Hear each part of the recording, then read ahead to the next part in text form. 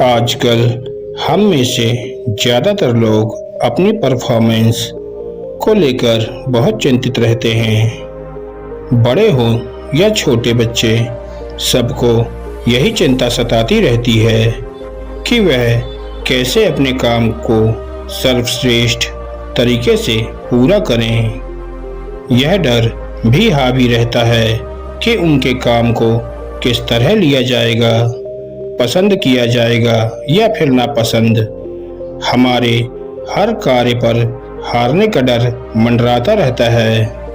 हम सभी सर्वश्रेष्ठ बनना चाहते हैं, पहचान चाहते हैं, लेकिन हम निराशाओं और विफलताओं का सामना करने से डरते हैं।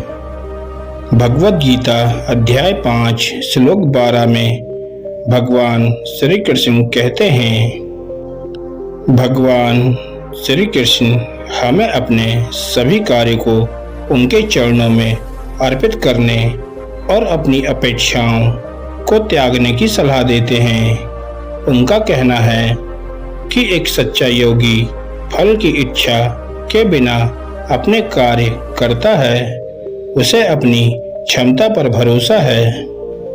जानवरों को काम करते देखना दिलचस्प है।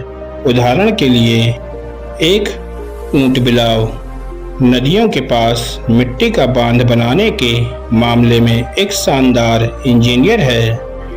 एक गिलहरी की प्रवृत्ति केवल दाने ढूंढते रहने की होती है, जिन्हें वह बारिश या सर्दियों के दिन के लिए जमीन में छिपा देती है। भले ही बाद में भूल जाती है कि दाने छुपाए कहाँ थे, पर ऐसा करके वह हमारे समृद्ध वनों की उत्तम बागवान बन ही जाती है। ज्यादातर जीव जंतु कुदरत के प्रति बच्चे होते हैं और वे सहज रूप से अपने स्वभाव का पालन करते हैं। इस तरह वे कर्मयोगी के आदर्श उदाहरण बन जाते हैं। जब हम ऐसा असंतुलित जीवन जीते हैं जिसमें आध्यात्मिक अनुशासन का कोई स्थान नहीं होता, तो हम अपनी अहंकारिक जरूरतों पर कार्य करते हैं।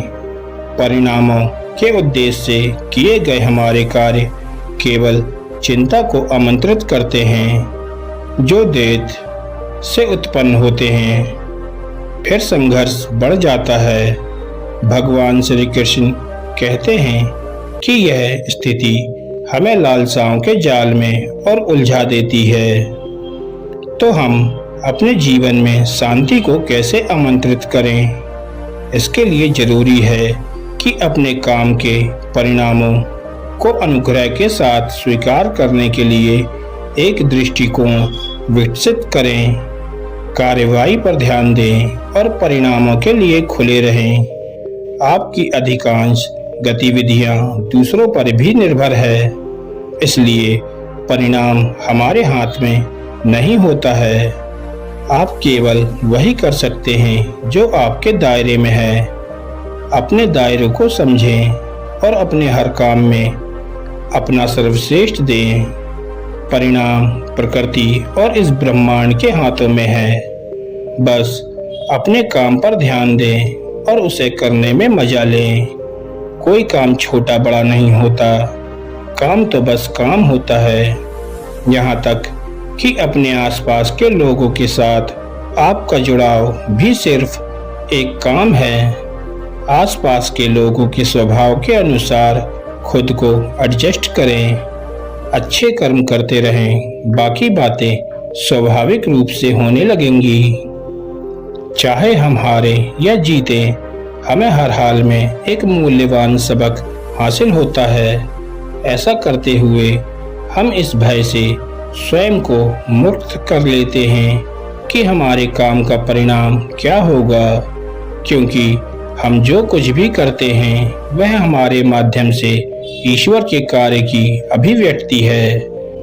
परिणाम अब मायने नहीं रखता, शुद्ध भावनाएं मायने रखती हैं, और इस स्थिति में ही स्वतंत्रता और समर्पण का भाव उत्पन्न होता है। जब हम यह महसूस करने लगते हैं कि ईश्वर निर्भयता और सद्भाव का भंडार है, तो हम उसमें शांति और विश्राम खोजने लगते हैं।